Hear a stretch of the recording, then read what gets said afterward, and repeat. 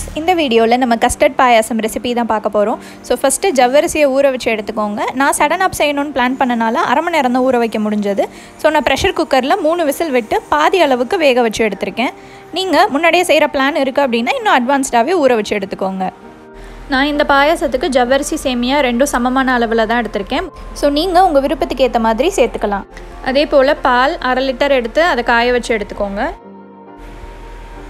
So இப்போ 3 whistle விட்ட உடனே ஜவ்வரிசி பாதி அளவுக்கு வெந்துருச்சு. பால் காஞ்ச உடனே நம்ம குக் பண்ணி வச்சுருக்க ஜவ்வரிசியை இதில் கலந்துக்கலாம். ஜவ்வரிசி பாலில் நல்லா வெந்து வரட்டும்.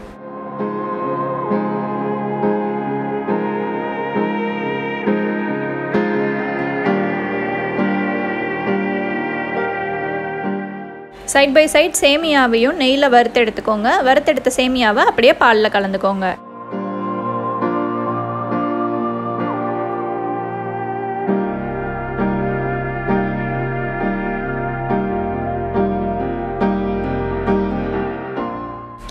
ஜவ்வரிசி சேமியா எல்லாம் நல்லா வெந்து வர்றதுக்கு மேக்ஸிமம் ஒரு 8லேருந்து 10 நிமிஷம்குள்ளே தான் ஆகும். ஸோ மீடியம் ஃப்ளேமில் வச்சு அப்பப்போ இந்த மாதிரி கிண்டி விட்டுக்கோங்க.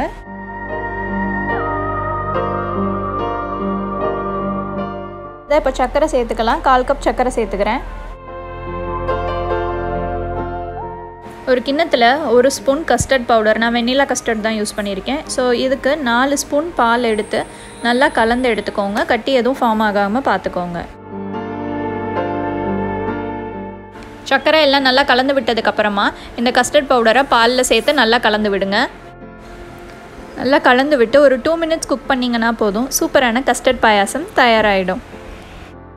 இதை நீங்கள் சூடாகவும் சர்வ் பண்ணலாம், இல்லைன்னா ஃப்ரூட்ஸ் இதெல்லாம் கட் பண்ணி போட்டு நல்லா கோல்டாகவும் சர்வ் பண்ணலாம்.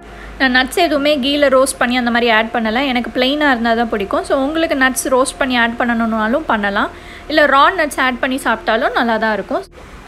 ஸோ கைஸ், இந்த கஸ்டர்ட் பாயாசம் ரெசிபி உங்களுக்கு பிடிச்சிருக்குன்னு நினைக்கிறேன். கண்டிப்பாக ட்ரை பண்ணி பாருங்கள். மேலும் இந்த மாதிரி சூப்பரான வீடியோஸ்க்கு மறக்காமல் மாலினி ட்ரையாலஜி சேனலை சப்ஸ்கிரைப் பண்ணுங்கள்.